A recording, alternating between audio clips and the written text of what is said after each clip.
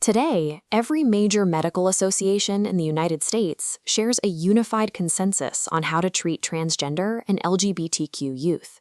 It is a standardized, evidence-based approach designed to reduce severe psychological distress and keep patients alive. But a wave of legislation sweeping the country actively targets these medical practices.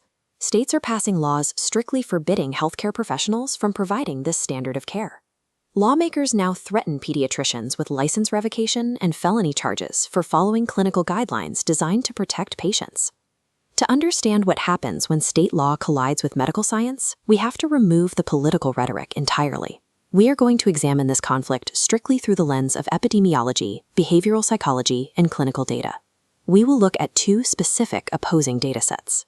First, the decades of peer-reviewed behavioral research detailing how family acceptance impacts youth survival rates. Second, the actual statutory text of the new medical bans. When legislative mandates directly contradict established epidemiological data, the result is a measurable, mathematically predictable public health crisis. Prior to 2002, medical and psychological providers treated LGBTQ youth almost exclusively in isolation from their families. The prevailing clinical assumption at the time was that families were inherently rejecting, unwilling, and completely incapable of supporting their LGBTQ children.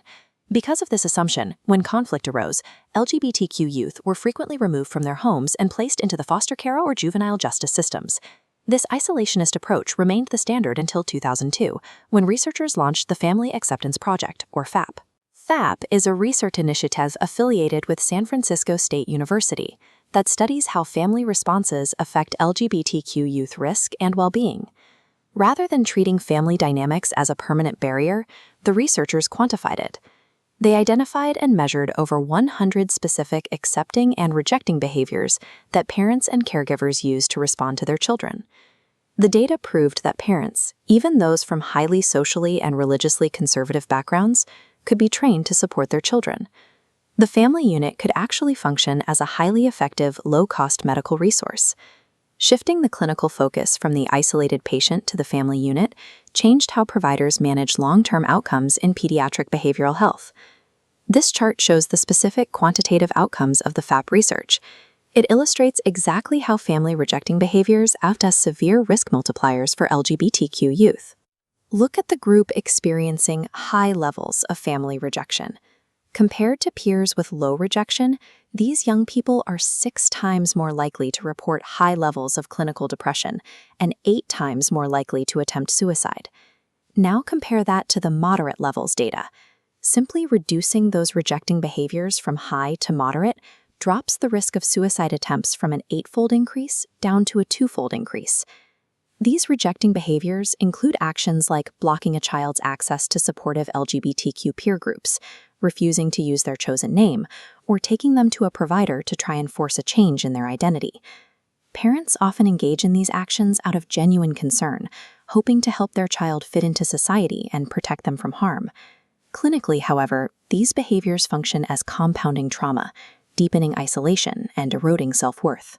Today, this specific trauma and the resulting family conflict remain the primary drivers for why LGBTQ youth become homeless or enter out-of-home care systems. Clinically, family behavior functions as a sensitive epidemiological variable with a measurable impact on youth survival rates. The findings on behavioral support form the foundation of the Gender-Affirmative Care Model, or GACM. This is the official standard of care endorsed by both the American Academy of Pediatrics and the American Medical Association. For prepubescent children, the Gender-Affirmative Care Model involves 0 medical intervention. It relies entirely on social affirmation, allowing the child to use a chosen name, wear different clothing, and explore their expression in a supportive environment. As transgender youth enter adolescence, the model introduces a specific physiological intervention, puberty-delaying medications, known as GnRH analogs. GnRH analogs are medications that temporarily suppress the release of estrogen and testosterone.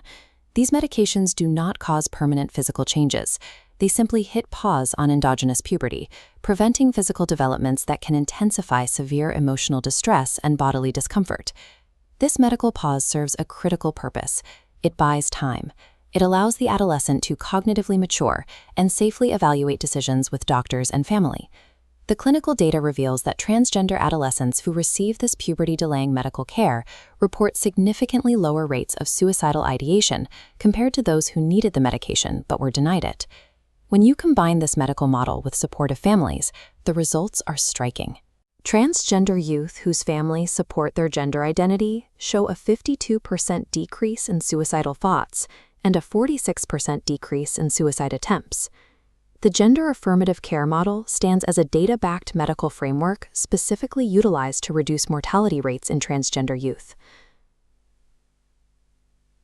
In 2021, state legislatures launched an aggressive campaign to dismantle this established medical consensus. Over 20 states simultaneously introduced legislation to ban these medical practices. In Arkansas, lawmakers even overrode a gubernatorial veto to force a ban into law. These laws actively endanger the lives and healthcare access of at least 64,700 transgender teenagers currently living in these jurisdictions. These bills go far beyond issuing guidelines. They are strict statutory bans that actively forbid healthcare professionals from providing gender-affirming care, and in many cases prohibit doctors from even offering referrals to other clinics.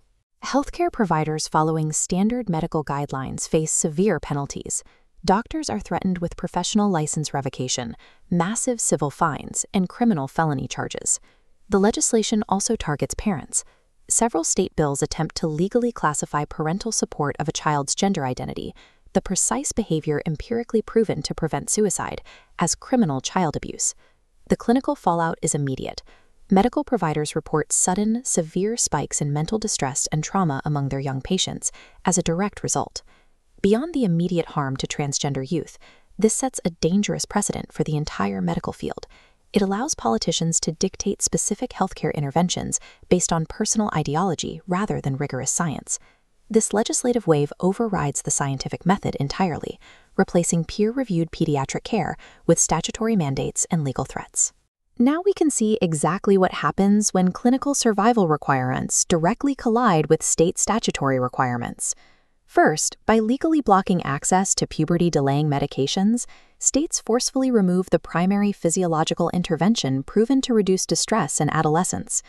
Second, by criminalizing parental affirmation, the state effectively mandates that families engage in the exact behaviors that clinical researchers classify as rejecting.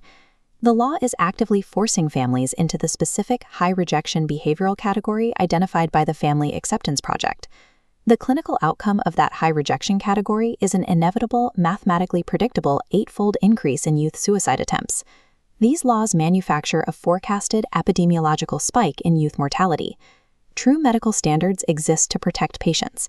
They are built on decades of empirical data, peer-reviewed behavioral observation, and measured clinical outcomes.